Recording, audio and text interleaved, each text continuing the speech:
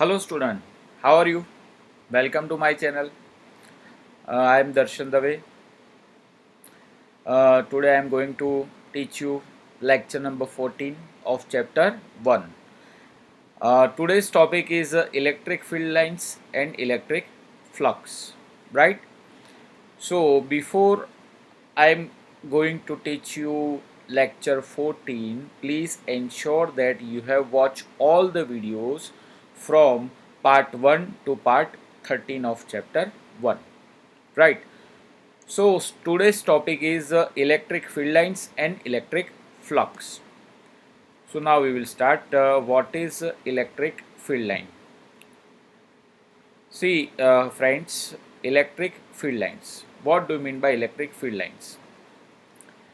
Electric field lines मतलब imaginary line which are use to represent the electric field, उसको हम बोलते हैं इलेक्ट्रिक फील्ड लाइन्स. जो इलेक्ट्रिक फील्ड लाइन्स होती है वो इमेजिनरी होती है, मगर कहीं पे अगर इलेक्ट्रिक फील्ड है तो उसे रिप्रेजेंट हम कैसे करें? सो ड्यू उसको रिप्रेजेंट करने के लिए हम इलेक्ट्रिक फील्ड लाइन का यूज़ करेंगे. ठीक है, ये इलेक्ट्रिक फील्ड लाइन की एक दूसरी डेफिनेशन है, मैं आपको बता दूं. Path on which unit positive charge would move, it is also known as electric field line. मतलब अगर कोई पॉजिटिव चार्ज है वो मूव करेगा तो कौन से पाथ पे मूव करेगा? तो it is moving along the electric field line. ठीक है, so imaginary line which are use to represent the electric field, ठीक है, उसको हम बोलेंगे इलेक्ट्रिक फील्ड लाइन्स. तो पहले हम देखते हैं इसकी कैरेक्टरिस्टिक्स. ठीक है, यानी इसकी प्रॉपर्टीज क्या क्या उसकी प्रॉपर्टी है. तो देखो दोस्तों, पहले first property here in this first property, see, in this first property electric field line never make a closed path. तो इलेक्ट्रिक फील्ड लाइन कभी भी क्लोज पाथ नहीं बनाती. तो इसका मीनिंग क्या है? देखो, यानी यहाँ पे एक सिस्टम है, ये सिस्टम को हम बोलते हैं डायपोल. ठीक है, तो डायपोल में हम जानते हैं एक पॉजिटिव चार्ज होता है, दूसरा कौन सा चार्ज होता है? Negative charge, right. सो यहाँ पे जो इलेक्ट्रिक फील्ड लाइन की जो डायरेक्शन है वो देखो यहाँ पे from positive charge to the negative charge. देखो, positive charge to negative charge, ये डायरेक्शन इसकी है. तो यहाँ पे जितनी भी फील्ड लाइन है वो आप देखोगे तो वो positive to negative, positive to negative, positive to negative जाएगी. कोई भी फील्ड लाइन आपको ऐसे नहीं मिलेगी वो घूम फिर के फिर से पॉजिटिव चार्ज के अंदर आएगी. ऐसी कोई फील्ड लाइन आपको यहाँ पे मिलेगी नहीं. ठीक है, तो यहाँ पे ऐसी कोई फील्ड लाइन आप यहाँ पे ढूंढ नहीं पाओगे कि पॉजिटिव में से निकलती है और फिर से वो पॉजिटिव में ही जाती है. अगर वो पॉजिटिव में से निकलेगी फिर से पॉजिटिव में जाएगी तो वो क्लोज पाथ बनाएगी, मगर ऐसी कोई लाइन है ही नहीं यहाँ पे. ठीक है, देखो, सारी लाइन पॉजिटिव में से निकलती है, नेगेटिव में जाती है, पॉजिटिव में से निकलती है, नेगेटिव में जाती है. सिमिलरली अगर मैं नेगेटिव चार्ज की बात करूँ तो जितनी भी लाइन है वो सारी नेगेटिव के अंदर एंटर होती है, बट कोई भी लाइन आपको ऐसी नहीं मिलेगी जो नेगेटिव से बाहर जाएगी.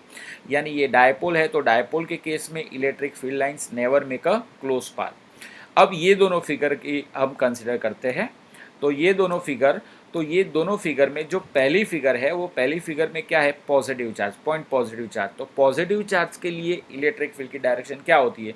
तो away from the charge. Positive के लिए क्या इलेक्ट्रिक फील्ड की direction? Away from the charge. तो यहाँ पे जो इलेक्ट्रिक फील्ड है वो देखो अवे फ्रॉम द चार्ज, यानी यहाँ पे फील्ड लाइंस यहाँ से निकलती है मगर कोई फील्ड लाइन घूम फिर के इसके अंदर आती नहीं है, मगर ये मतलब कि ये क्लोज पाथ बनाती नहीं है. दोस्तों, क्लोज पाथ मतलब क्या? जहाँ से निकले घूम फिर के अगर वहाँ पे आए तो उसको हम बोलते हैं क्लोज पाथ. सिमिलरली यहाँ पे मैं नेगेटिव चार्ज की बात करूँ तो ये फिगर आप कंसिडर करो. तो नेगेटिव चार्ज के अंदर क्या है? यहाँ पे इन द नेगेटिव चार्ज यहाँ पे क्या होता है? जो फील्ड लाइन है वो moving towards to the negative charge, यानी यहाँ पे डायरेक्शन क्या होती है? Radially inward direction. ठीक है, तो यहाँ पे फील्ड लाइन अंदर तो आती मगर कोई फील्ड लाइन आप ऐसी यहाँ पे देख नहीं पाओगे जो यहाँ से बाहर जाती है, क्योंकि ये पॉसिबल ही नहीं है. ठीक है, यानी अगर पॉजिटिव में से निकल, यहाँ पे पॉजिटिव में सिर्फ field line outward direction, negative में field line invert direction, right. तो यानी यहाँ पे पॉइंट पॉजिटिव चार्ज या पॉइंट नेगेटिव चार्ज के केस में भी फील्ड लाइन कभी भी क्लोज पाथ बनाती नहीं है. मतलब कि हम बोल सकते हैं कि field line never makes a close path. उसकी डायरेक्शन क्या होती है? Positive charge to negative charge, right. अब हम उसकी बात करें हम सेकेंड प्रॉपर्टी देखें यहाँ पे, तो in the second property see direction of field line from positive charge to negative charge. देखो यानी यहाँ पे पॉजिटिव में से फील्ड लाइन निकलती है, कहाँ जाती है, नेगेटिव। पॉजिटिव में से निकलती है, कहाँ जाती है, नेगेटिव। तो यानी सेकेंड प्रॉपर्टी ऐसी है कि direction of field line from positive charge to negative charge. अब ये जो नेक्स्ट कैरेक्टरिस्टिक्स है उसमें देखो, यानी ये सपोज हमने ड्रॉ करी फील्ड लाइन, ये क्या है, सपोज फील्ड लाइन, ठीक है। तो ये फील्ड लाइन हमने ड्रॉ करी, इसकी डायरेक्शन सपोज ऐसी है। यहाँ पे अगर ये पॉइंट देखो, यहाँ पे फिगर में अगर ये पॉइंट, तो यहाँ पे मुझे इलेक्ट्रिक फील्ड फाइंड करना है, तो यहाँ पे से मुझे क्या ड्रॉ करना पड़ेगा, टेंजेंट। सिमिलरली यहाँ पे मुझे ये पॉइंट पे इलेक्ट्रिक फील्ड फाइंड करना है, तो ये पॉइंट से मुझे क्या ड्रॉ करना पड़ेगा, टेंजेंट। यहाँ पे मुझे इलेक्ट्रिक फील्ड फाइंड करना है, तो मुझे क्या ड्रॉ करना पड़ेगा, टेंजेंट। यानी इलेक्ट्रिक फील्ड लाइन के कोर के कोई भी पॉइंट के पास इलेक्ट्रिक फील्ड की डायरेक्शन अगर आपको फाइंड करनी है, तो वहाँ से आपको टेंजेंट ड्रॉ करना है। यानी देखो ये पॉइंट में ये रहा टेंजेंट, ये सेकंड पॉइंट में टेंजेंट, ये डायरेक्शन में, थर्ड पॉइंट में टेंजेंट, ये डायरेक्शन में। तो थर्ड प्रॉपर्टी क्या है, tangent drawn at every point along the field line gives the direction of electric field at that point, right. See once again, कोई भी ये इलेक्ट्रिक फील्ड का कोर है, ये इलेक्ट्रिक फील्ड कोर में कोई भी पॉइंट के पास अगर आपको इलेक्ट्रिक फील्ड फाइंड करना है, इलेक्ट्रिक फील्ड की डायरेक्शन फाइंड करनी है, तो आपको क्या ड्रॉ करना पड़ेगा, वहां से टेंजेंट ड्रॉ करना पड़ेगा, राइट। तो ये जो है ये दोस्तों थर्ड प्रॉपर्टी है। फिर इसके बाद फोर्थ प्रॉपर्टी देखो, यहाँ पे फोर्थ प्रॉपर्टी क्या है, two field line never intersects each other. यहाँ पे देखो, यहाँ पे जो थर्ड प्रॉपर्टी हमने, यहाँ पे थर्ड प्रॉपर्टी हमने जो पढ़ी है, ये थर्ड प्रॉपर्टी के अंदर क्या है कि कोई भी पॉइंट के पास अगर आप टेंजेंट ड्रॉ करते हो, तो वो टेंजेंट आपको वो पॉइंट के पास क्या देगा, इलेक्ट्रिक फील्ड की डायरेक्शन देगा, ठीक है। और आपको पता है मैथ्स में भी आप पढ़े हो 10th में कि कहीं भी कोई भी पॉइंट में से कितने टेंजेंट ड्रॉ कर सकते हो, तो ओनली वन, एक सिंगल टेंजेंट ही आप ड्रॉ कर सकते हो। मतलब कि यहाँ पे अगर देखो ये फील्ड लाइन 1 है और ये फील्ड लाइन 2, ये फील्ड लाइन 1 में अगर आप टेंजेंट ड्रॉ करो, तो यहाँ पे इलेक्ट्रिक फील्ड की डायरेक्शन ये डायरेक्शन होगी। इसको हम कौन सी डायरेक्शन बोलेंगे, इसको हम north west, north east direction बोलेंगे, ठीक है। और यहाँ पे ये फील्ड लाइन के ऊपर अगर हम टेंजेंट ड्रॉ करें, तो यहाँ पे इलेक्ट्रिक फील्ड की डायरेक्शन क्या आएगी, साउथ ईस्ट डायरेक्शन आएगी। यानी ये एक ऐसा पॉइंट है, देखो यहाँ पे दोस्तों कि ये पॉइंट एक ऐसा पॉइंट है कि यहाँ पे ये पॉइंट के ये पॉइंट के पास जो फील्ड लाइन है, ये जो पॉइंट है, यहाँ पे इलेक्ट्रिक फील्ड की दो डिफरेंट डायरेक्शन आपको देखने को मिलती है। ऐसा पॉसिबल नहीं है, कोई भी एक पॉइंट के पास एक ही टेंजेंट ड्रॉ कर सकते हो, एक से ज़्यादा टेंजेंट ड्रॉ कर सकते नहीं हो। इसका मतलब ये जो फील्ड लाइन है वो कभी भी, ये दोनों field line number 1, field line number 2 कभी भी इंटरसेक्ट नहीं होगी, ठीक है। तो नेक्स्ट प्रॉपर्टी, यानी यहाँ पे देखो ये पॉइंट की अगर मैं बात करूँ, तो ये पॉइंट के पास ये एक टेंजेंट ऐसे ये डायरेक्शन में है, दूसरा टेंजेंट ये डायरेक्शन में है। यानी यहाँ पे एक ही पॉइंट के पास इलेक्ट्रिक फील्ड की दो डिफरेंट डायरेक्शन है, जो पॉसिबल नहीं है। देखो कोई भी वेक्टर क्वांटिटी की प्रॉपर डायरेक्शन होती है, प्रॉपर मैग्नीट्यूड होता है, तो यहाँ पे प्रॉपर डायरेक्शन या तो ये हो सकती है या तो ये हो सकती है, दोनों तो एक ही पॉइंट के पास हो सकती नहीं है। तो यहाँ पे ये प्रॉपर्टी क्या है, electric field line never intersects each other, यानी वो कभी भी इंटरसेक्ट नहीं होती है, ठीक है। नेक्स्ट प्रॉपर्टी हम देखते हैं दोस्तों। तो नेक्स्ट प्रॉपर्टी में देखो, a region where electric field lines are separated then electric field is weak. यहाँ पे इलेक्ट्रिक फील्ड कैसा है, वीक। यहाँ पे देखो ये फिगर आप कंसिडर करो, तो ये फिगर की अगर हम बात करें, तो यहाँ पे ये पोर्शन में इलेक्ट्रिक फील्ड लाइन कैसी है, दूर दूर है, यानी सेपरेटेड है। तो यहाँ पे इलेक्ट्रिक फील्ड कैसा होगा, तो ये पॉइंट के पास इलेक्ट्रिक फील्ड कैसा होगा, वीक इलेक्ट्रिक फील्ड होगा, ठीक है। और यहाँ पे a region where electric field lines are closed, then electric field is a region where electric field lines are separated, then electric field is weak. A region where electric field lines are closed, then field is not weak, यानी यहाँ पे जो आएगा, यहाँ पे आएगा strong, यानी ये जगह पे हम लिखेंगे strong, ठीक है। तो ये जो इलेक्ट्रिक फील्ड है वो कैसा है, यहाँ पे स्ट्रॉन्ग इलेक्ट्रिक फील्ड, ठीक है। तो यहाँ पे ये पोर्शन के पास, ये पोर्शन में इलेक्ट्रिक फील्ड लाइन सेपरेटेड है तो यहाँ पे इलेक्ट्रिक फील्ड कैसा आएगा, वीक। और ये पोर्शन में इलेक्ट्रिक फील्ड लाइंस कैसी है, क्लोज है, तो यहाँ पे इलेक्ट्रिक फील्ड कैसा होगा, स्ट्रॉन्ग। तो यहाँ पे देखो दोस्तों, यहाँ पे मैंने 2 पॉइंट बताए, one is X and second one is Y. तो एक्स पॉइंट के पास जो फील्ड लाइन है वो कैसी है, नज़दीक नज़दीक क्लोज है, तो वहाँ पे इलेक्ट्रिक फील्ड ज़्यादा होगा। और वाई पॉइंट के पास फील्ड लाइन कैसी है, दूर दूर, तो वहाँ पे इलेक्ट्रिक फील्ड कैसा होगा दोस्तों, कम होगा। ठीक है, तो हम बोल सकते हैं कि E X is greater than E Y, यानी electric field at point X is more than electric field at point Y. So देखो दोस्तों, ये property, a region where electric field lines are separated then electric field is weak, and a region where electric field lines are close the electric field, यहाँ पे week नहीं आएगा दोस्तों, यहाँ पे क्या आएगा, स्ट्रॉन्ग आएगा। ठीक है, तो यहाँ पे जो इलेक्ट्रिक फील्ड है वो कैसा आएगा, ये वीक नहीं आएगा, यहाँ पे इलेक्ट्रिक फील्ड कैसा आएगा, स्ट्रॉन्ग आएगा। ठीक है, अब आगे की बात करें तो नेक्स्ट प्रॉपर्टी की बात करें कि यहाँ पे यूनिफॉर्म इलेक्ट्रिक फील्ड की बात करें, तो अगर इलेक्ट्रिक फील्ड यूनिफॉर्म है, यूनिफॉर्म इलेक्ट्रिक फील्ड कैसे हम बताते हैं, तो यानी ये फिगर में हमने जो इलेक्ट्रिक फील्ड बताया है ये यूनिफॉर्म इलेक्ट्रिक फील्ड है। यहाँ पे देखो हर एक फील्ड लाइन कैसी है, पैरेलल है, हर एक फील्ड लाइन पैरेलल है, और एक दूसरे से जो डिस्टेंस है वो भी कैसा है, सेम। देखो ये दो फील्ड लाइन के बीच का डिस्टेंस, फिर ये दो फील्ड लाइन के बीच का डिस्टेंस, फिर ये दो फील्ड लाइन के बीच का डिस्टेंस, फिर ये दो फील्ड लाइन के बीच का डिस्टेंस, फिर ये दो फील्ड लाइन के बीच का डिस्टेंस। यानी कोई भी दो फील्ड लाइन ले लो पास पास की, तो वो पास पास के फील्ड लाइन का डिस्टेंस कैसा होगा, सेम, मतलब वो इक्वी डिस्टेंस होगी। कैसी होगी, इक्वी डिस्टेंस होगी। तो यानी यहाँ पे हम बोल सकते हैं कि in uniform electric field lines are parallel to each other. देखो यहाँ पे सारी पैरेलल है एंड इक्वी डिस्टेंस, यानी uniform electric field is represented by parallel and equidistance line, right. तो यानी यहाँ पे जो यूनिफॉर्म इलेक्ट्रिक फील्ड है it is represented by parallel and equidistance line. Okay, now next property, number of field line passing through unit area gives us the magnitude of intensity of electric field at that point। यानी ये थोड़ा हम समझे आगे। देखो यहाँ पे ये एक कैसा इलेक्ट्रिक फील्ड है, यूनिफॉर्म या नॉन यूनिफॉर्म।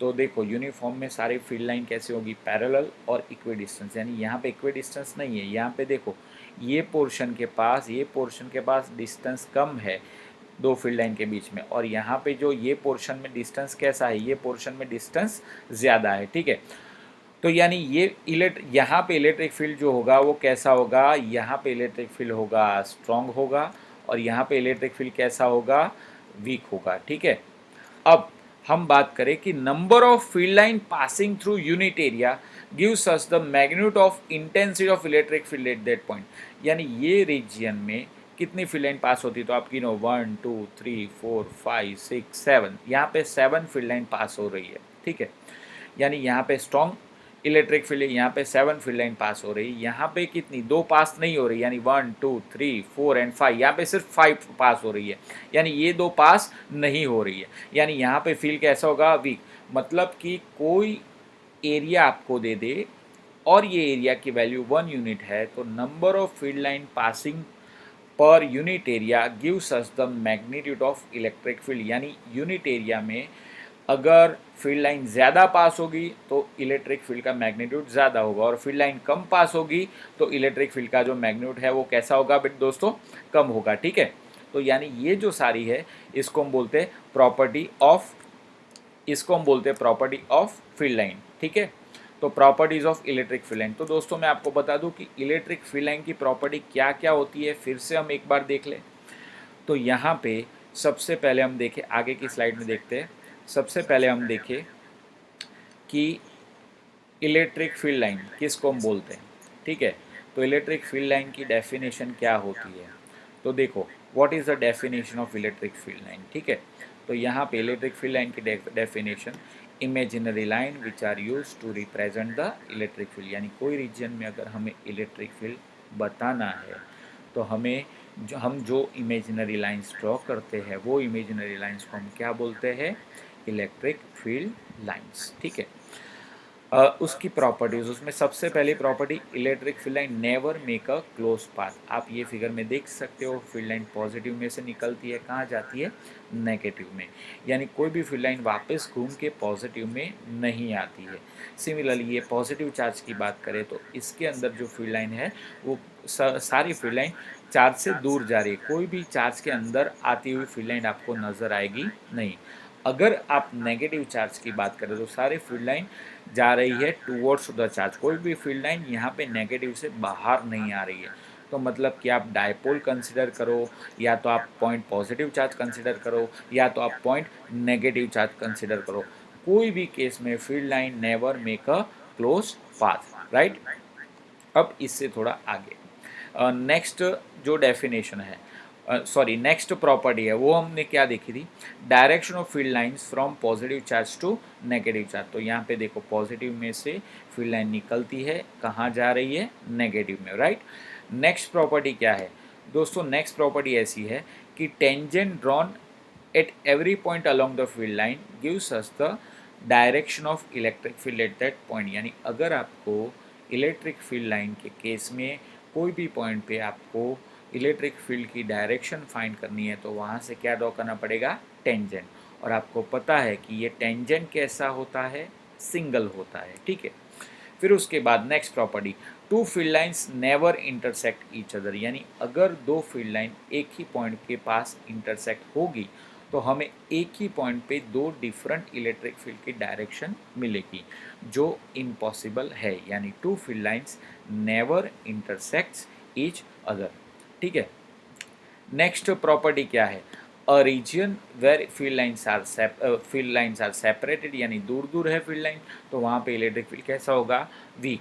और a region where electric field lines are very close to each other, तो वहाँ पे इलेक्ट्रिक फील्ड कैसा होगा, स्ट्रॉन्ग। यानी यहाँ पे इलेक्ट्रिक फील्ड स्ट्रॉन्ग होगा, ये पोर्शन में इलेक्ट्रिक फील्ड कैसा होगा, वीक होगा। यानी E X is greater than E Y, यानी एक्स पॉइंट के पास इलेक्ट्रिक फील्ड की इंटेंसिटी ज़्यादा है और वाई पॉइंट के पास इलेक्ट्रिक फील्ड की इंटेंसिटी कम है, ठीक है। नेक्स्ट पॉइंट क्या है, uniform electric field is represented by parallel and equidistance line. यानी ये देखो, ये फिगर में ये यूनिफॉर्म इलेक्ट्रिक फील्ड है। यानी ये यूनिफॉर्म इलेक्ट्रिक फील्ड में क्या होता है, कोई भी दो लाइन के बीच का जो डिस्टेंस है, यानी दो कंसेक्यूटिव लाइन के बीच का डिस्टेंस है, वो मेंटेन रहता है और सारी फील्ड लाइन एक दूसरे से कैसी होती है, पैरेलल। तो ऐसा इलेक्ट्रिक फील्ड उसको हम बोलते हैं यूनिफॉर्म इलेक्ट्रिक फील्ड। ये इलेक्ट्रिक फील्ड में हर एक पॉइंट के पास इलेक्ट्रिक फील्ड का मैग्नीट्यूड क्या होगा, सेम। यानी दो पॉइंट ले ले, एक्स पॉइंट और वाई पॉइंट, तो दोनों पॉइंट के पास इलेक्ट्रिक फील्ड का मैग्नीट्यूड क्या होगा दोस्तों, सेम होगा, ठीक है।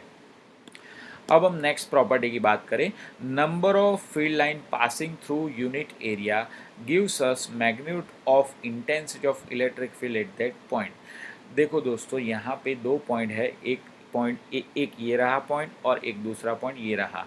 ये दोनों पॉइंट के पास हमने एक यूनिट एरिया ले लिया है। यहाँ पे ये यूनिट एरिया में कितनी फील्ड लाइन पास हो रही है, तो टोटल 7 पास हो रही है।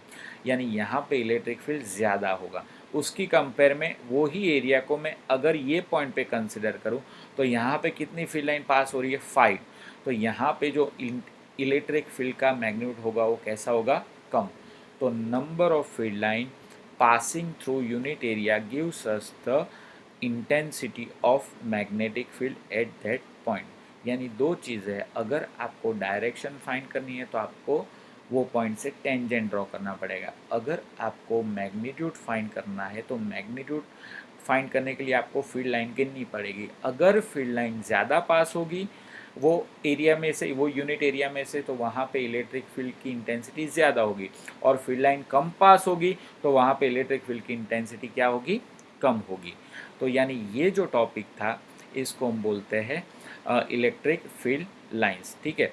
अब इलेक्ट्रिक फील्ड लाइंस के बाद नेक्स्ट टॉपिक हम देखते हैं electric flux. But before electric flux हमें देखना पड़ेगा एरिया वेक्टर, ठीक है। तो दोस्तों एरिया वेक्टर समझते हैं। यहाँ पे देखो, ये एक्स एक्सिस है, ये वाई एक्सिस है और ये जेड एक्सिस है, ठीक है। यहाँ पे दोस्तों एक प्लेन मैंने यहाँ पे बताया है, ठीक है। यहाँ पे एक रेक्टेंगल बताया है, ये रहा ये रेक्टेंगल। ये रेक्टेंगल की लेंथ क्या है, एल, और ब्रेथ क्या है, कैपिटल बी। अब इसका एरिया क्या होगा? तो दोस्तों ये बहुत ही सिंपल क्वेश्चन है। आपको ऐसा लगेगा कि सर ने ऐसा हमको पूछा, इतना सिंपल। एरिया, ये रेक्टेंगल का एरिया कितना होगा? L into B, right. इसका एरिया क्या होगा? L into B. बट दोस्तों फिजिक्स में हमें एरिया को वेक्टर क्वांटिटी लेना है, ठीक है। अब इसका एरिया L इंटू बी कैसे आता है वो मैं आपको बताता हूँ। देखो दोस्तों, area is a vector quantity, यानी वेक्टर ए, हम लेंगे vector L cross vector B. दोस्तों यहाँ पे जो प्रोडक्ट है, ये प्रोडक्ट कौन सी है? देखो ये प्रोडक्ट है क्रॉस प्रोडक्ट। तो क्रॉस प्रोडक्ट में आता है साइन। तो हम फाइनली इसकी वैल्यू रखेंगे vector A equal to L B sine theta. अब थीटा मतलब एल और बी के बीच का एंगल। तो यहाँ पे दोस्तों देखो एल और बी के बीच का एंगल कितना है? तो ये एंगल जो है वो 90 डिग्री है। कितना एंगल है? 90 डिग्री, राइट। तो vector A is equal to L B sine 90। और दोस्तों 11th में याद करो, हमने ऐसा पढ़ा था कि कोई भी दो वेक्टर का जो वेक्टर प्रोडक्ट है उसकी डायरेक्शन क्या होगी? Perpendicular to the plane made by that two vectors, ठीक है। वंस अगेन, अगर आपके पास दो वेक्टर्स है, एक एल है, दूसरा क्या है? बी। यहाँ पे ये एल वेक्टर है, दूसरा कौन सा है? बी। तो यहाँ पे इलेक्ट्रिक फील्ड की डायरेक्शन क्या लेंगे? सॉरी, यहाँ पे एरिया की डायरेक्शन क्या लेंगे? एरिया ए मतलब एल क्रॉस बी की डायरेक्शन हम क्या लेंगे? Perpendicular to the plane made by L and B.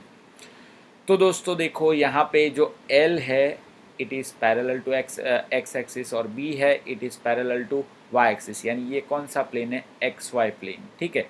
तो एल क्रॉस बी मतलब वेक्टर ए, उसकी डायरेक्शन क्या होगी? Perpendicular to X Y plane. अब एक्स वाई प्लेन से परपेंडिकुलर कौन सी एक्सिस होती है? Z axis. तो यानी यहाँ पे एरिया वेक्टर जेड डायरेक्शन में होगा। यहाँ पे या तो आप पॉजिटिव जेड डायरेक्शन भी ले सकते हो, या तो नेगेटिव जेड डायरेक्शन भी आप ले सकते हो। तो vector A equal to L B sine 90, क्योंकि एल और बी के बीच का एंगल कितना है? 90 डिग्री। और के कैप, यहाँ पे के कैप आपको क्या बताता है? डायरेक्शन। तो वैसे दोस्तों वेक्टर ए का आंसर होगा एल बी के कैप, क्योंकि साइन 90 का आंसर क्या होता है दोस्तों? 1, ठीक है। इसको मैं आपको बोलता हूँ कि यहाँ पे ये जो सरफेस है, ये सरफेस कैसा सरफेस है? 2D सरफेस है। 2D सरफेस कैसे? क्योंकि ये जो सरफेस है वो एक्स वाई प्लेन में है। कहाँ पे? एक्स वाई प्लेन में। तो यहाँ पे एक्स वाई प्लेन से परपेंडिकुलर एक्सिस कौन सी होती है? Z axis. But Z axis में भी दो ऑप्शन होते हैं, positive Z axis and negative Z axis. तो यानी ये एरिया वेक्टर को आप पॉजिटिव जेड की डायरेक्शन में भी ले सकते हो, पॉजिटिव जेड की डायरेक्शन में भी ले सकते हो, या तो इसको आप नेगेटिव जेड की डायरेक्शन में भी आप ले सकते हो। पॉजिटिव जेड की डायरेक्शन में के कैप आएगा और नेगेटिव जेड की डायरेक्शन में क्या आएगा? माइनस के कैप। तो ये केस में दोनों आंसर कैसे है? सही है, क्योंकि ये 2D सरफेस है। तो दोस्तों मैं आपको फिर से बता दूं, एरिया को हम कैसी क्वांटिटी लेंगे? Vector quantity. देखो यहाँ पे ये एक रेक्टेंगल है, ये रेक्टेंगल की लेंथ क्या है? एल, रेक्टेंगल की ब्रेथ क्या है? बी। तो एरिया क्या लेंगे? Vector A equal to vector L cross vector B. अच्छा, क्रॉस प्रोडक्ट है तो क्या आएगा? साइन, और एल और बी के बीच का एंगल कितना है? 90। तो vector A equal to L B sine 90 K cap. क्यों के कैप? क्योंकि एल क्रॉस बी यानी वेक्टर ए कौन सी डायरेक्शन में होता है? Perpendicular to the plane made by L and B. तो एल एंड बी उनका प्लेन कौन सा है? एक्स वाई प्लेन, उससे परपेंडिकुलर, मतलब या तो पॉजिटिव जेड डायरेक्शन या तो नेगेटिव जेड डायरेक्शन। तो या तो इसको हम पॉजिटिव जेड डायरेक्शन लेंगे, या तो हम क्या लेंगे? इसको नेगेटिव जेड डायरेक्शन, राइट। तो यहाँ पे ए को हम लिख सकते एल बी के कैप और एल बी माइनस के कैप, बिकॉज साइन 90 यहाँ पे क्या हो जाता है दोस्तों? 1, ठीक है। तो ये तो चीज़ हुई 2D फिगर की। यानी देखो इन 2D सरफेस, देखो यहाँ पे मैंने लिखा है इन 2D सरफेस, यानी यहाँ पे इन 2D सरफेस हम क्या लेंगे? 1 मिनट दोस्तों, देखो यहाँ पे इन 2D सरफेस, इन 2D सरफेस एरिया, ऐसा सरफेस इसको हम ओपन सरफेस बोलते हैं। What do mean by open surface? तो देखो ये सरफेस ये एक ही प्लेन है, ठीक है, यहाँ से ओपन है, यहाँ से ओपन है, ठीक है, दोनों जगह से ये कैसा है? ओपन, ये क्लोज सरफेस नहीं है। तो यानी ये 2D सरफेस में जो एरिया होगा, तो एरिया की डायरेक्शन क्या होगी, perpendicular to the surface. Area की डायरेक्शन क्या होगी, perpendicular to the surface. But वो कौन सी direction, both the direction, in direction and out direction. यानी यहाँ पे देखो, यहाँ पे हमने एरिया की डायरेक्शन क्या ली, यानी ये जो डायरेक्शन है ये आउट, और ये डायरेक्शन क्या है, इन। यानी यहाँ पे हम दोनों डायरेक्शन ले सकते हैं, हमारे पास ऑप्शंस है। यानी अगर आपके पास ओपन सरफेस यानी 2D सरफेस है, तो area vector is perpendicular to the surface, और वो उसकी दो डायरेक्शन पॉसिबल है, पॉजिटिव डायरेक्शन भी पॉसिबल है और नेगेटिव डायरेक्शन भी पॉसिबल है। ठीक है, यानी ये जो हुआ वो 2D सरफेस की बात हुई। अब मैं 3D सरफेस की बात करता हूँ। यानी 3D सरफेस मतलब क्लोज सरफेस, जैसे स्फीयर हो गया, जैसे एक क्यूब हो गया, जैसे क्यूबॉइड हो गया, जैसे क्लोज सिलेंडर हो गया। तो ये जो सरफेस है उसको हम बोलते हैं क्लोज सरफेस, हर जगह से बंद होते हैं। तो उसके अंदर एरिया वेक्टर की डायरेक्शन क्या होगी, तो उसके अंदर भी एरिया वेक्टर की डायरेक्शन होगी परपेंडिकुलर टू द सरफेस ही होगी, but it is always in outward direction. देखो यहाँ पे इन 3D सरफेस एरिया वेक्टर की जो डायरेक्शन कैसी होगी, एरिया वेक्टर की direction close surface is perpendicular to the surface in outward direction. यानी यहाँ पे ऑप्शन नहीं है, यहाँ पे क्या लेना पड़ेगा, सिर्फ आउटवर्ड। फॉर एग्जाम्पल यहाँ पे मैंने एक स्फीयर लिया है, ठीक है, तो ये स्फीयर में यहाँ पे मैं एक छोटा सा एरिया ले लूँ। देखो यहाँ पे दोस्तों, ये एक छोटा सा एरिया मैं ले लूँ, तो ये छोटा सा एरिया, तो यहाँ पे एरिया वेक्टर की डायरेक्शन क्या होगी, तो देखो यहाँ पे perpendicular to the surface in with direction outward. यहाँ पे हमने इनवर्ड डायरेक्शन नहीं ली, क्या ली, आउटवर्ड। जैसे ही अगर मैं यहाँ पे एक छोटा सा एरिया ले लूँ, तो ये छोटा सा एरिया है, तो यहाँ पे एरिया वेक्टर की डायरेक्शन क्या होगी, देखो आउटवर्ड। सिमिलरली यहाँ पे एक छोटा सा एरिया में ले लूँ, तो यहाँ पे एरिया वेक्टर की डायरेक्शन क्या होगी, आउटवर्ड। यहाँ पे भी क्या होगी, आउटवर्ड। और एक चीज़ दोस्तों आपको याद रखनी है कि यहाँ पे जो आउटवर्ड डायरेक्शन है, ठीक है, तो ये जो आउटवर्ड डायरेक्शन है it is perpendicular to the surface. देखो यानी ये सरफेस से परपेंडिकुलर, ये सरफेस से परपेंडिकुलर, ये सरफेस से परपेंडिकुलर, ये सरफेस से परपेंडिकुलर, यहाँ पे भी ये सरफेस से परपेंडिकुलर। तो दोस्तों ये टॉपिक में आप क्या सीखे, एरिया कैसी क्वांटिटी है, वेक्टर क्वांटिटी। अगर 2D फिगर है तो एरिया की डायरेक्शन के ऑप्शंस क्या होंगे, दो होंगे, या तो इनवर्ड टू द सरफेस या तो आउटवर्ड टू द सरफेस, या तो इन या तो आउट। अगर आपके पास 3D फिगर हो, कैसी फिगर हो, 3D, तो एरिया की डायरेक्शन क्या होगी, always outward to the surface. और दोनों में एक चीज common, area is perpendicular to the surface. Once again 2D figure हो, एरिया की डायरेक्शन क्या, या तो इनवर्ड टू द सरफेस या तो outward to the surface, but perpendicular to the surface. वैसे ही अगर 3D फिगर हो तो एरिया की डायरेक्शन क्या होगी, only outward to the surface, but it is perpendicular to the surface. ठीक है, तो area vector always perpendicular to the surface होता है। 2D फिगर में उसकी दो डायरेक्शन पॉसिबल है, inward and outward to the surface, और 3D फिगर में एक ही डायरेक्शन पॉसिबल है, only outward to the surface. तो दोस्तों ये जो है इसको हम बोलते हैं एरिया वेक्टर। यानी अब हम आगे देखने जा रहे हैं दोस्तों इलेक्ट्रिक फ्लक्स, और ये जो इलेक्ट्रिक फ्लक्स है वो बहुत ही यानी इम्पोर्टेंट टॉपिक है। ठीक है, यानी हमारे यानी एग्ज़ाम के हिसाब से बहुत ही इम्पोर्टेंट टॉपिक है। और आगे दोस्तों, आगे अगर हम यहाँ पे गॉस थियरम पढ़ेंगे, तो गॉस थियरम के लिए भी यहाँ पे हम यूज़ करेंगे इलेक्ट्रिक फ्लक्स का। तो ध्यान से इलेक्ट्रिक फ्लक्स आपको पढ़ना है। ठीक है, अभी तक हमने देखा इलेक्ट्रिक फील्ड लाइंस। अब ये इलेक्ट्रिक फील्ड लाइन जो पढ़ा, तो उसके अंदर मैं आपको एक चीज़ याद करवा दूँ। देखो दोस्तों, इलेक्ट्रिक फील्ड लाइन में जो देखो लास्ट पॉइंट क्या था, number of field line passing through the unit area gives us the magnitude of intensity of electric field at that point. मतलब कि अगर यूनिट एरिया में ज़्यादा फील्ड लाइन पास होती है तो इलेक्ट्रिक फील्ड का मैग्नीट्यूड क्या होगा, ज़्यादा, और यूनिट एरिया में कम फील्ड लाइन पास हो रही है तो इलेक्ट्रिक फील्ड का मैग्नीट्यूड क्या होगा, कम। तो ये दोस्तों याद रखो, क्योंकि इलेक्ट्रिक फील्ड के टॉपिक में हम इसका यूज़ करेंगे। ठीक है, इलेक्ट्रिक फ्लक्स के टॉपिक में। अब हम आगे देखते हैं इलेक्ट्रिक फ्लक्स। दोस्तों इलेक्ट्रिक फ्लक्स किसको बोलते हैं, इलेक्ट्रिक फ्लक्स मतलब total number of field line passing through the surface. देखो यहाँ पे दोस्तों, total number of field lines, a total number of electric field lines passing through given area normal to the area is called electric field. Once again, यहाँ पे मैंने definition क्या दी, यहाँ पे इलेक्ट्रिक फ्लक्स मतलब total number of electric field passing through given area normal to the area is called electric field. देखो यहाँ पे हमने एक सरफेस कंसिडर किया, ये रहा, ये क्यूबॉइड है, इसका एक सरफेस मैं कंसिडर करता हूँ, ये क्रॉस सेक्शन, ये रहा ये क्रॉस सेक्शन, ठीक है।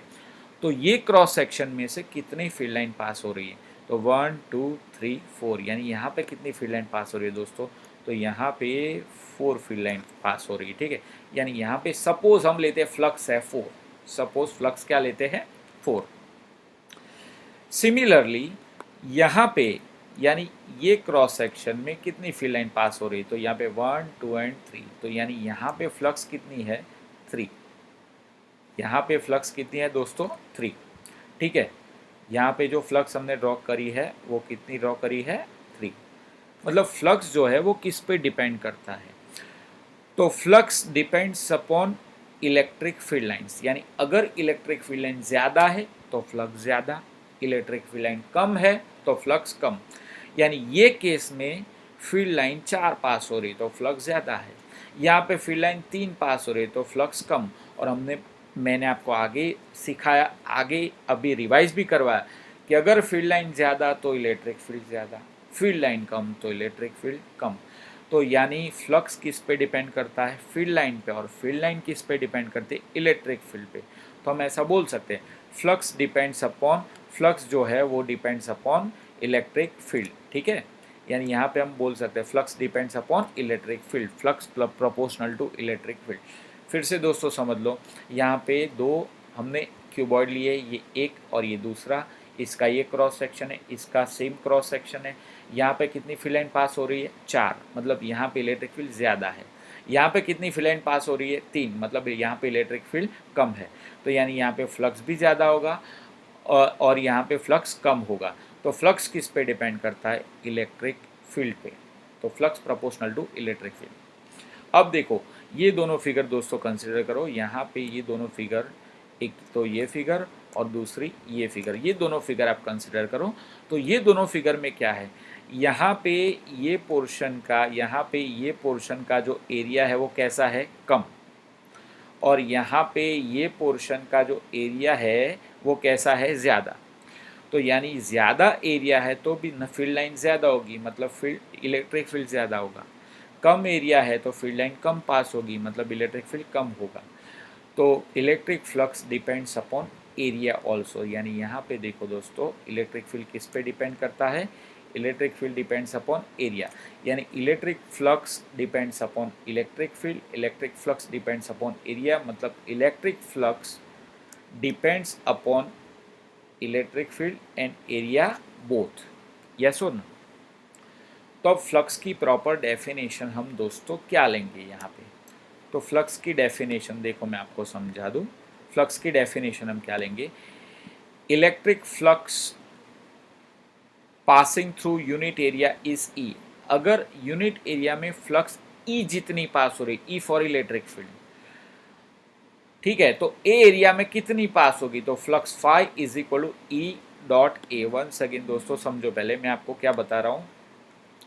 यहाँ पे देखो, electric flux passing through unit area is E, यानी एक आप यूनिट एरिया लेते हैं, उसमें इलेक्ट्रिक फ्लक्स कितनी पास हो रही है, सपोज ई। अगर उसका ए एरिया है तो कितनी टोटल फ्लक्स कितनी होगी, ई इंटू ए। तो यानी यहाँ पे टोटल फ्लक्स क्या होगी, flux phi equal to E into A. यहाँ पे इलेक्ट्रिक फील्ड कैसी क्वांटिटी है दोस्तों, वेक्टर क्वांटिटी। और पिछले टॉपिक में हमने देखा कि एरिया वेक्टर कैसी क्वांटिटी, वेक्टर क्वांटिटी। तो यानी यहाँ पे हम लेंगे flux phi is equal to vector E dot vector A. Dot product दोस्तों, डॉट प्रोडक्ट में आप जानते हो कि डॉट प्रोडक्ट में क्या आता है, तो डॉट प्रोडक्ट में आता है कॉस। तो flux phi is equal to यहाँ पे क्या होगा, ई ए कॉस थीटा, ठीक है। तो product of flux passing per unit area, उसको बोलते हैं हम इलेक्ट्रिक फील्ड, और या तो उसको फ्लक्स डेंसिटी भी बोलते हैं। तो product of flux passing per unit area and area of the surface is called electric flux. तो इलेक्ट्रिक फ्लक्स की डेफिनेशन क्या होती है? Product of flux passing per unit area, मतलब क्या होगा? इलेक्ट्रिक फील्ड इनटू एरिया, उसको हम बोलते हैं इलेक्ट्रिक फ्लक्स। ठीक है, यहाँ पे ये दोनों केस में क्या होता है, ये तीन केस में देखो, इसका जो एरिया, ये जो सरफेस है, ये सरफेस का एरिया वेक्टर मैं ड्रॉ करूँ तो ये सरफेस का एरिया वेक्टर देखो, यानी यहाँ पे एरिया वेक्टर की डायरेक्शन ये रही, तो ये एरिया वेक्टर की डायरेक्शन। ठीक है, तो एरिया वेक्टर की डायरेक्शन हॉरिजॉन्टल है और इलेक्ट्रिक फील्ड भी कैसा है? हॉरिजॉन्टल, यानी ये केस में एरिया वेक्टर और इलेक्ट्रिक फील्ड सेम डायरेक्शन, तो एंगल 0। यहाँ पे भी दोस्तों एरिया वेक्टर में ड्रॉ करूँ तो ये रहा एरिया वेक्टर। ठीक है, तो यहाँ पे area vector horizontal, electric field भी हॉरिजॉन्टल, थीटा क्या होगा? 0। ये केस में क्या होगा? तो यहाँ पे एरिया वेक्टर ये रहा और इलेक्ट्रिक फील्ड भी हॉरिजॉन्टल डायरेक्शन, यानी इलेक्ट्रिक फील्ड और एरिया वेक्टर कैसी डायरेक्शन में? सेम डायरेक्शन में। बट ये फिगर आप कंसिडर करो, तो ये फिगर के अंदर क्या है होता है कि इलेक्ट्रिक फील्ड देखो हॉरिजॉन्टल डायरेक्शन में है और ये जो सरफेस है उसका एरिया वेक्टर ये सरफेस से कैसा होगा? परपेंडिकुलर। तो यहाँ पे एरिया वेक्टर और इलेक्ट्रिक फील्ड सेम डायरेक्शन में नहीं है, तो एरिया वेक्टर और इलेक्ट्रिक फील्ड के बीच का एंगल, यानी ये जो एंगल है, ये एंगल कितना है दोस्तों? थीटा एंगल है। ठीक है, तो यानी यहाँ पे हमें इलेक्ट्रिक फील्ड का कॉम्पोनेंट लेना पड़ेगा जो एरिया वेक्टर की डायरेक्शन में। तो इलेक्ट्रिक फील्ड का एरिया वेक्टर की डायरेक्शन में कॉम्पोनेंट ई कॉस थीटा लेंगे, तो एरिया इंटू क्या होगा? E cos theta. तो ये फ्लक्स का फॉर्मूला है। फ्लक्स मतलब product of flux passing, electric flux मतलब product of flux passing per unit area, मतलब कि electric field into area is called electric flux. ठीक है, flux passing per unit area उसको हम बोलते हैं फ्लक्स डेंसिटी। ठीक है, तो दोस्तों ये जो था वो इलेक्ट्रिक फ्लक्स, उसकी सिंपल डेफिनेशन थी। इलेक्ट्रिक फ्लक्स मतलब total number of field line passing in given area, उसको हम बोलते हैं इलेक्ट्रिक फ्लक्स। इलेक्ट्रिक फ्लक्स किस पे डिपेंड करता है? तो दो चीज़ों पे डिपेंड करता है। Electric flux depends upon intensity of electric field, मतलब number of field lines, and electric flux depends upon area, यानी इलेक्ट्रिक फ्लक्स किस पे डिपेंड करता है? Intensity of electric field and area, दोनों पे डिपेंड करता है। फ्लक्स का फॉर्मूला क्या है? वेक्टर ई डॉट वेक्टर ए। ये फॉर्मूला में इलेक्ट्रिक फील्ड जो है वो वेक्टर क्वांटिटी, एरिया भी हमने क्या लिया है? Vector quantity. तो फ्लक्स का फॉर्मूला क्या आएगा? ई ए कॉस थीटा, राइट।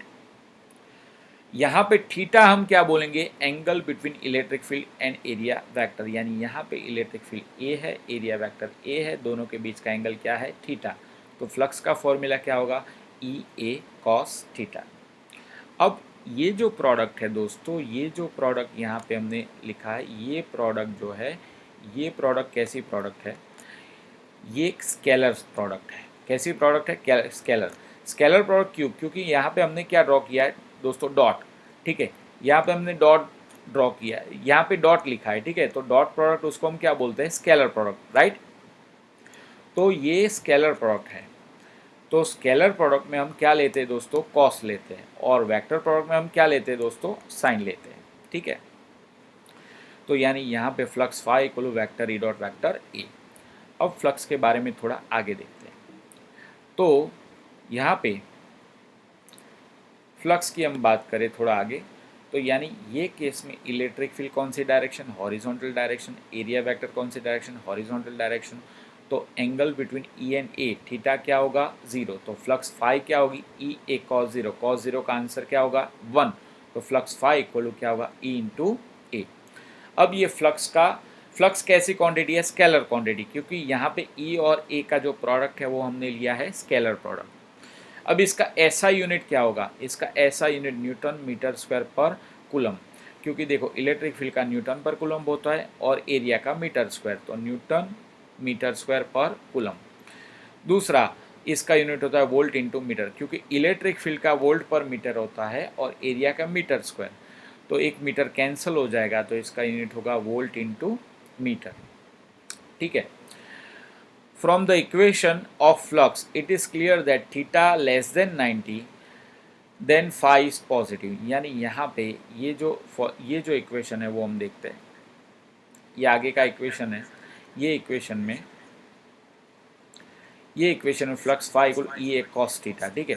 तो अगर थीटा की वैल्यू 90 है तो फ्लक्स क्या होगी, ज़ीरो। अगर थीटा की वैल्यू 90 से कम है तो कॉस 90 से कम वैल्यू आप सोचो, cos 30 √3/, plus √3/2, cos 45 plus 1/√2, cos 60 1 plus 1/2। यानी थीटा लेस देन 90 के लिए ये कॉस की वैल्यू पॉजिटिव होगी, मतलब फ्लक्स कैसी होगी, पॉजिटिव।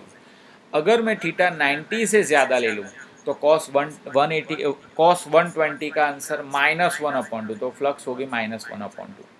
अगर मैं थीटा 135 ले लूँ तो कॉस 135 की वैल्यू होगी -1/√2, तो फ्लक्स जो होगी वो कैसे होगी, नेगेटिव। तो यानी अगर थीटा लेस देन 0 है तो कॉस थीटा की वैल्यू पॉजिटिव, तो flux positive. Theta greater then 0 तो कॉस थीटा की वैल्यू नेगेटिव, तो फ्लक्स की वैल्यू नेगेटिव। और अगर थीटा 90 है तो फ्लक्स की वैल्यू क्या होगी, कॉस 90 का आंसर 0, फ्लक्स 0। तो यहाँ पे अगर थीटा लेस देन 90 फ्लक्स होगा पॉजिटिव, थीटा ग्रेटर देन 90 तो फ्लक्स होगा नेगेटिव, ठीक है। और एक बात फ्लक्स के बारे में, if electric field line leaving the surface then flux is positive and if electric field line entering the surface flux is negative। यहाँ पे दोस्तों देखो, यहाँ पे ये फिगर की हम बात करें तो ये फिगर के अंदर हम जो फ्लक्स है, फ्लक्स एंटरिंग द सरफेस, यानी यहाँ पे ये फिगर में ये जो है ये फ्लक्स एंटरिंग द सरफेस, तो यहाँ पे फ्लक्स सरफेस के अंदर आ रही है, तो वो जो फ्लक्स होगी वो हम लेंगे दोस्तों नेगेटिव। कैसे लेंगे, नेगेटिव। और ये केस में फ्लक्स लीविंग द सरफेस, तो वो जो फ्लक्स होगी वो हम कैसे लेंगे, पॉजिटिव। तो if the field lines leaving the surface flux is positive, यानी अगर लीव कर रही है तो फ्लक्स कैसा होगा, positive. And if field line entering the surface, यहाँ पे फील्ड लाइन एंटर हो रही है तो उसको हम कैसा लेंगे, नेगेटिव। तो यहाँ पे टोटल फ्लक्स क्या होगी, तो देखो 1 2 3 4 5, तो 5 फील्ड लाइन एंटर हो रही है तो फ्लक्स होगी -5, और 5 फील्ड लाइन लीव कर रही है तो फ्लक्स होगी +5। तो ये केस में फ्लक्स की वैल्यू क्या होगी, तो ये केस में जो फ्लक्स हम लिखेंगे, जो फ्लक्स की वैल्यू होगी वो कितनी होगी, तो यहाँ पे फ्लक्स की वैल्यू होगी दोस्तों 0। तो ये केस में फ्लक्स होगा 0, क्योंकि जितनी फील्ड लाइन एंटर हो रही है उतनी फील्ड लाइन लीव कर रही है। तो अगर फ्लक्स एंटर हो रही है उसको नेगेटिव बोलेंगे, बाहर जा रही है उसको पॉजिटिव, तो जितनी नेगेटिव फ्लक्स उतनी पॉजिटिव फ्लक्स, यानी ये केस में जो फ्लक्स होगी वो क्या होगी, टोटल फ्लक्स 0। सिमिलरली दोस्तों ये फिगर हम कंसिडर करते हैं, तो ये फिगर में क्या है, 1 2 3 4 5, 5 फील्ड लाइन एंटर हो रही है। सिमिलरली 1 2 3 4 5, 5 फील्ड लाइन लीव कर रही है। तो यहाँ पे एंटर होगी वो फ्लक्स नेगेटिव, दूर जा रही वो प्लस फ्लक्स कैसी, पॉजिटिव। तो यहाँ पे भी टोटल फ्लक्स क्या होगी दोस्तों, 0, ठीक है। अब ये फिगर आप कंसिडर करो, तो ये फिगर में क्या है, तो ये फिगर में जितनी भी फ्लक्स है वो बाहर जा रही है, तो लीविंग हो रही है, तो यहाँ पे फ्लक्स कैसी होगी, पॉजिटिव। ये फिगर के अंदर क्या है, ये फिगर में जो फ्लक्स है वो फ्लक्स एंटर हो रही है, सारी फ्लक्स क्या हो रही है, एंटर हो रही है। तो यानी यहाँ पे फ्लक्स कैसी होगी, नेगेटिव। तो फ्लक्स के बारे में एक और चीज़ मैं आपको बता दूँ दोस्तों, तो फ्लक्स के अंदर क्या होगा कि अगर फ्लक्स जो कैसी क्वांटिटी है दोस्तों, स्केलर क्वांटिटी है, ठीक है। उसका यूनिट क्या, newton metre square per coulomb और वोल्ट इनटू मीटर। अगर थीटा लेस देन 90 है तो flux positive, theta greater than 90 है तो flux negative, theta is equal to 90 तो फ्लक्स क्या होगा, 0। अगर फील्ड लाइन यानी फ्लक्स एंटर कर रही है तो उसे हम नेगेटिव मानेंगे, और फील्ड लाइन लीव कर रही हो तो उसको हम क्या मानेंगे, पॉजिटिव मानेंगे, ठीक है। तो यानी ये इलेक्ट्रिक फ्लक्स की बात हुई दोस्तों। अब ये फॉर्मूला देखो, electric flux phi is equal to E A cos theta, ठीक है। इसमें ई क्या है, इलेक्ट्रिक फील्ड, और ए क्या है, एरिया। यानी अगर आपको रेगुलर सरफेस दिया हो, रेगुलर सरफेस मतलब स्क्वायर है, स्फीयर है, रेक्टेंगल है, सर्कल है, तो ये जो सरफेस है वो सारे सरफेस कैसे है, रेगुलर। तो आप एरिया की वैल्यू रख सकते हो, क्योंकि स्क्वायर, तो स्क्वायर का एरिया क्या होता है, एल स्क्वायर। रेक्टेंगल का क्या होता है, तो एल इंटू बी।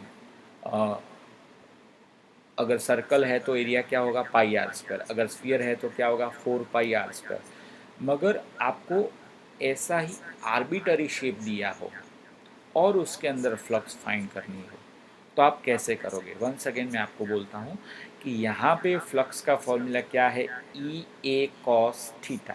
ठीक है, यहाँ पे अगर आपको एरिया की वैल्यू मालूम नहीं है, मतलब जो आपको सरफेस दिया है उसका प्रॉपर शेप नहीं है, तो फ्लक्स के लिए आप कौन सा फॉर्मूला यूज़ करोगे। ठीक है, तो नेक्स्ट पॉइंट हम देखते हैं, flux passing through arbitrary surface. ठीक है, flux passing through arbitrary surface. देखो यहाँ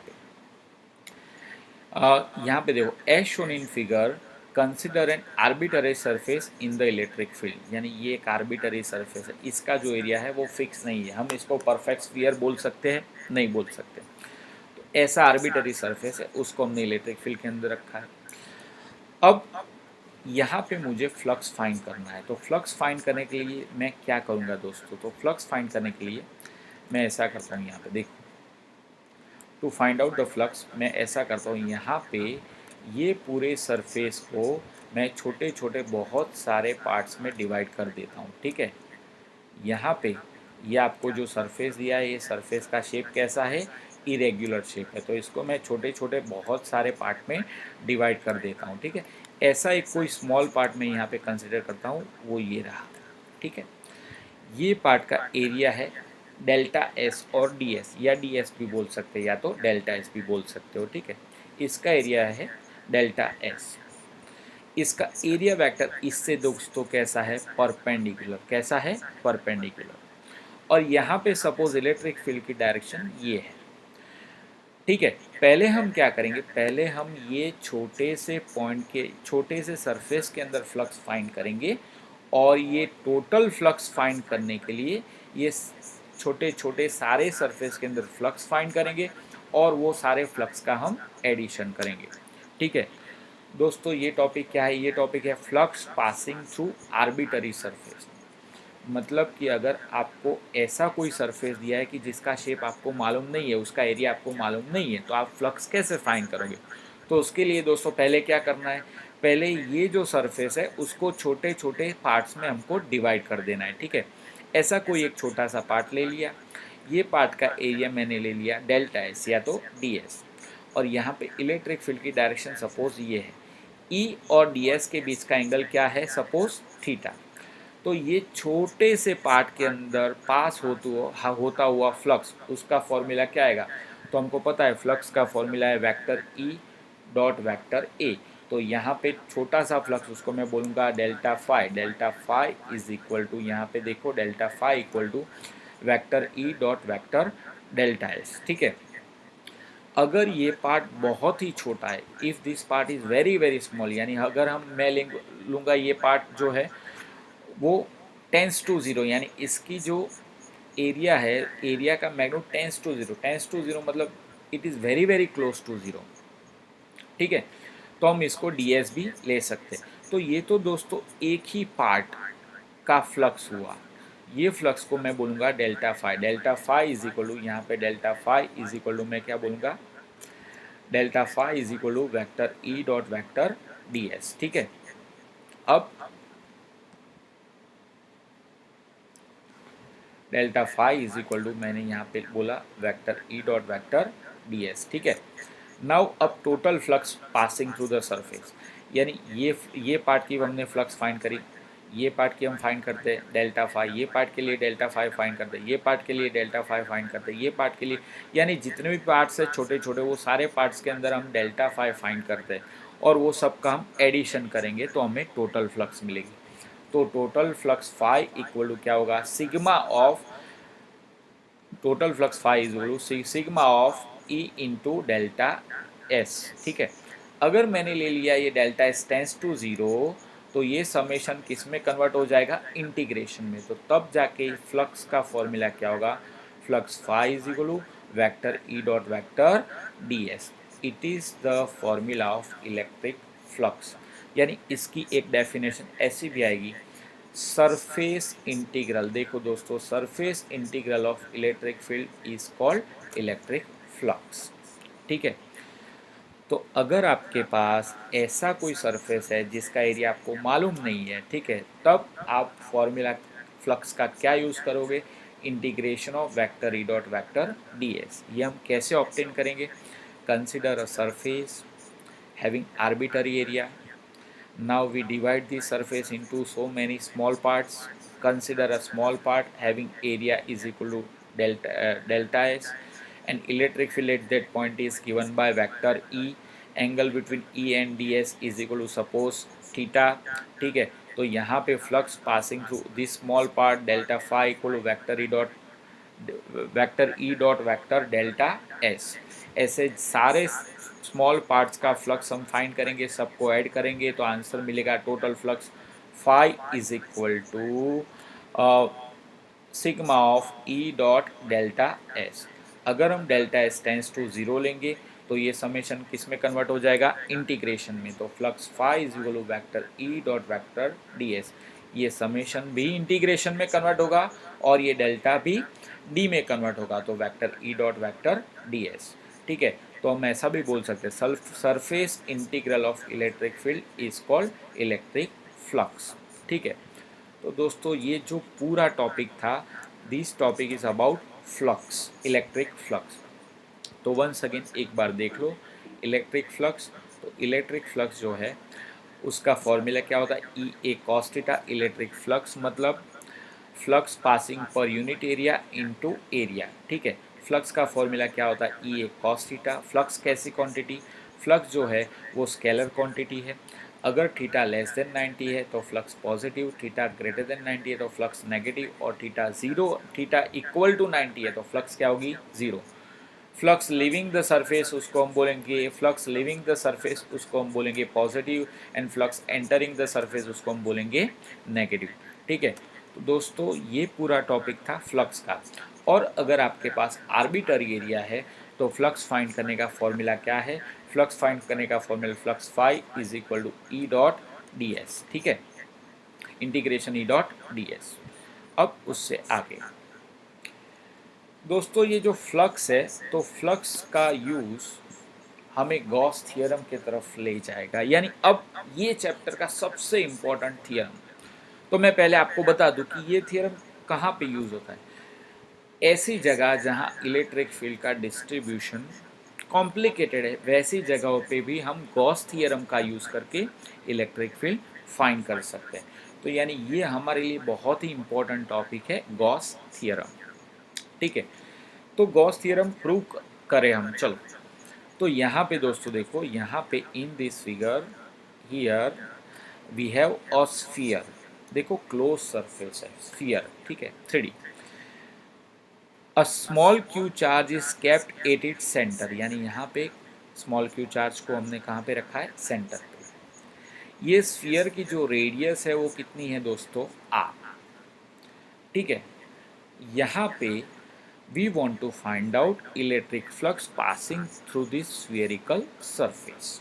ठीक है, अब फ्लक्स की डेफिनेशन दोस्तों हमें पता है। फ्लक्स की डेफिनेशन क्या है दोस्तों, फ्लक्स की डेफिनेशन है flux phi is equal to E dot D A. ठीक है, तो यहाँ पे फ्लक्स की जो डेफिनेशन है, flux phi is equal to integration of E dot D A. ठीक है, यानी यहाँ पे हमें पहले इलेक्ट्रिक फील्ड देखना पड़ेगा, वो कौन सी डायरेक्शन में। तो देखो यहाँ पे इलेक्ट्रिक फील्ड की डायरेक्शन, ये जो चार्ज है ये चार्ज कैसा है, पॉजिटिव चार्ज। तो इलेक्ट्रिक फील्ड की डायरेक्शन क्या होगी, अवे फ्रॉम द चार्ज। ठीक है, कौन सी डायरेक्शन होगी, अवे फ्रॉम द चार्ज। तो ये जो डायरेक्शन है ये इलेक्ट्रिक फील्ड की डायरेक्शन। ठीक है दोस्तों, अब ये डी ए हमने आगे की थियरी में लिया था डी एस, आप डी एस ले सकते हो या तो डी ए ले सकते हो। डी ए को हम क्या बोलते हैं, ये डी ए उसको हम बोलते हैं स्मॉल सरफेस। तो ये पूरा जो स्फीयर है उसका एक छोटा सा सरफेस मैं कंसिडर करता हूँ, ये रहा, ये है स्मॉल सरफेस। ठीक है, ये सरफेस का एरिया वेक्टर आपको पता है, एरिया वेक्टर कौन से डायरेक्शन में होता है, तो area vector is perpendicular to the surface. तो ये एरिया वेक्टर की डायरेक्शन। तो यहाँ पे इलेक्ट्रिक फील्ड और एरिया वेक्टर दोनों कैसी डायरेक्शन में दोस्तों, सेम डायरेक्शन में। तो फ्लक्स का फॉर्मूला क्या आएगा, flux phi is equal to E dot D A, मतलब E D A cos theta. यहाँ पे थीटा ज़ीरो होगा तो फ्लक्स फाई का और कॉस ज़ीरो का आंसर होता है 1, तो flux phi is equal to क्या होगा, ई डॉट डी ए। यहाँ पे मैं इलेक्ट्रिक फील्ड को मैं कॉमन ले लूँ तो integration of D A. Electric field का फॉर्मूला दोस्तों, electric field due to point charge formula क्या होता है, K Q by R square. तो flux phi is equal to electric field E is equal to, दोस्तों यहाँ पे electric field E is equal to हमने क्या लिखा, के क्यू बाय आर स्क्वायर। दोस्तों K equal to 1/4 pi epsilon zero. तो इलेक्ट्रिक फील्ड मतलब क्या हुआ, 1/4 pi epsilon zero Q by Q/4 pi epsilon zero R square, ये इलेक्ट्रिक फील्ड। और इंटीग्रेशन डी ए, दोस्तों इंटीग्रेशन डी ए मतलब total area, D A मतलब small area होता है और इंटीग्रेशन डी ए मतलब टोटल एरिया, यानी ये स्मॉल एरिया, अब ये टोटल एरिया, स्फीयर का टोटल एरिया कितना होता है, 4 पाई आर स्क्वायर। स्फीयर का सरफेस एरिया का फॉर्मूला क्या होता है, 4 पाई आर स्क्वायर। तो Q/4 pi epsilon zero into 4 pi R square, तो यहाँ पे क्या कट हो जाएगा, 4 pi R square, 4 pi R square cut हो जाएगा। फाइनल आंसर क्या होगा, flux phi is equal to Q by epsilon zero. ठीक है, अब ये फॉर्मूला में ये जो फ्लक्स है वो किस पे डिपेंड करती है, this equation shows the flux is independent of radius of the sphere, hence it is true for close surface. ठीक है, यानी यहाँ पे ये फॉर्मूला में ये फ्लक्स किस पे डिपेंड करता है, ये फ्लक्स चार्ज पे डिपेंड करता है। यहाँ पे ये फॉर्मूला में ये फ्लक्स किस पे डिपेंड करता है, ये फ्लक्स एक तो चार्ज पे डिपेंड करता है और दूसरा किस पे डिपेंड, एप्सिलॉन जीरो तो कांस्टेंट है, यानी ये फ्लक्स सिर्फ चार्ज पे डिपेंड करता है। यहाँ पे ये फ्लक्स के फॉर्मूला में ये स्फीयर की रेडियस नहीं है, यानी ये स्फीयर की रेडियस पे डिपेंड करता नहीं है। तो ये फॉर्मूला किसके लिए ट्रू है, this formula holds true for close surface, यानी कोई भी क्लोज सरफेस के लिए ये फॉर्मूला ट्रू है। ठीक है, तो ये जो फॉर्मूला है ये आपको गॉस थ्योरम रिप्रेजेंट करता है। ठीक है, तो गॉस थ्योरम की डेफिनेशन हम क्या लेंगे, total flux link with any close surface. देखो फाई को बोलेंगे total flux, total flux link with any close surface is equal to ratio of the net electric charge enclose by the surface to the epsilon zero. देखो Q को बोलेंगे net electrical charge और epsilon zero को बोलेंगे permittivity of vacuum. तो यानी ये sphere के अंदर टोटल चार्ज कितना है Q, तो ratio of charge enclose by the surface यानी Q to epsilon zero, this theorem is called Gauss theorem. दोस्तों ये फिगर में यहाँ पे एक सिंगल चार्ज है स्मॉल q, अगर बहुत सारे चार्ज हो Q1 Q2 Q3 Q4 Q5, तो इसको हम लेंगे flux phi is equal to, यहाँ पे हम लेंगे flux phi is equal to, यहाँ पे flux phi is equal to हम लेंगे E integration E dot D A equal to sigma Q by epsilon zero. यहाँ पे मैंने क्यों sigma Q by epsilon zero, यहाँ पे एक चार्ज की बात नहीं हो रही है, अगर बहुत सारे चार्ज है तो फ्लक्स फाई का आंसर लेंगे sigma Q by epsilon zero. तो दोस्तों ये थियरम है, उसको हम बोलते हैं गॉस थियरम। फिर से ये थियरम हम प्रूव करते हैं। Here in this figure it is a sphere and a positive q charge is kept at its center। ये स्फीयर की रेडियस है कितनी है r। यहाँ पे मुझे फ्लक्स फाइंड करना है, flux link with this spherical surface.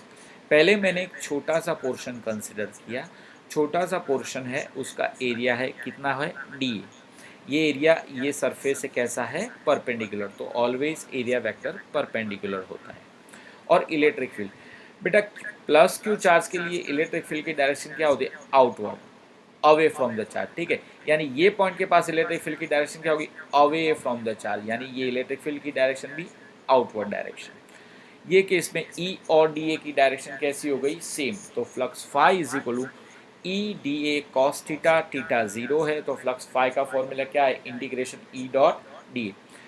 ई को हमने कॉमन ले लिया, इंटीग्रेशन ऑफ डी ए। बेटा इलेक्ट्रिक फील्ड का formula K Q by R square, K का formula 1/4 pi epsilon zero and Q by R square and integration D A मतलब total area, तो total area of this spherical surface is 4 pi R square, right. So 4 pi R square 4 pi R square cut हो जाएगा, तो finally क्या बचेगा, flux phi is equal to Q by epsilon zero. This equation shows that flux is not depends upon area of the surface, it depends upon only electrical charge. यानी this formula holds true for only closed surface. मैंने आपको बताया closed surface मतलब 3D surface. 3D surface मतलब क्या, कि ऐसा surface कि जिसके अंदर जो हर जगह से क्लोज हो, फॉर एग्जांपल स्फीयर हो, क्यूब हो, क्यूबॉइड हो, सिलेंडर हो, तो ये सरफेस उसको 3D सरफेस या क्लोज सरफेस बोलते हैं. यहाँ पे एक सिंगल चार्ज है क्यू. अगर बहुत सारे चार्ज हो तो फ्लक्स का फॉर्मूला क्या होगा, integration E dot D A equal to sigma Q by epsilon zero, where sigma Q is the summation of the charges enclose by the surface, right. तो यहाँ पे ये जो है ये फ्लक्स का फॉर्मूला हमने देखा, and this formula holds true for close surface. ठीक है, अब ये गॉस थ्योरम की कुछ बातें जो हमें याद रखनी है, ठीक है, तो वो हम देखते हैं. तो देखो दोस्तों नेक्स्ट स्लाइड में यहाँ पे ये फिगर देखो, in this figure see we have an arbitrary closed surface, three charges enclosed by the surface, which are they, q2, q4 and q5, and two charges are outside the surface, q1 and q3. ठीक है, यहाँ पे मुझे flux find करनी है, तो flux का formula क्या होता है, तो formula of flux phi is equal to vector E, flux phi is equal to integration of E dot D A equal to क्या होगा, sigma Q by epsilon zero. अब दोस्तों याद रखो, ये राइट हैंड साइड में जो टर्म है, यानी ये जो टर्म है इसकी मैं बात कर रहा हूँ. यहाँ पे जो सिग्मा क्यू है, सिग्मा क्यू क्या होगा, sigma Q equal to charge enclose by the surface. यानी ये सरफेस के अंदर कौन कौन से चार्ज है दोस्तों, देखो Q2 है, यहाँ पे Q2 है, फिर Q4 है, और फिर कौन सा है, Q5. तो यानी सिग्मा क्यू की जगह पे हम लेंगे Q2 plus Q4 plus Q5. यानी सिग्मा क्यू मतलब charge enclose by the surface only, यानी ऐसे चार्ज जो सरफेस के बाहर है उसको हमें कंसिडर करने नहीं है. तो यानी यहाँ पे हमको Q1 को कंसिडर नहीं करना है और Q3 को कंसिडर नहीं करना है, तो हम किसको कंसिडर करेंगे, सिर्फ Q2, Q4 एंड Q5. तो गॉस थ्योरम में राइट हैंड साइड में जो टर्म है सिग्मा क्यू, उसमें हम ऐसे ही चार्ज कंसिडर करेंगे which are enclose by the surface, यानी Q2 plus Q4 plus Q5. और लेफ्ट हैंड साइड में जो इलेक्ट्रिक फील्ड है, it is due to all the charges which are inside और आउटसाइड द सरफेस, राइट. दूसरी बात इसके अंदर आपको क्या लेनी है, if the net charge enclose by the surface is zero, यानी ये सरफेस के अंदर टोटल चार्ज अगर जीरो होगा, तो चार्ज जीरो है तो सिग्मा क्यू क्या होगा, जीरो, तो फ्लक्स भी क्या हो जाएगी, जीरो. ठीक है, the surface that we choose here, the surface that we choose for the application of Gauss law is called Gaussian surface. यानी ये सरफेस जिसको हमने गॉस लॉ की एप्लीकेशन के लिए चूज़ किया है, तो ये पूरा सरफेस उसको हम क्या बोलेंगे, Gaussian surface. And Gauss law is useful for towards much easier calculation of electric field when the system has some symmetry.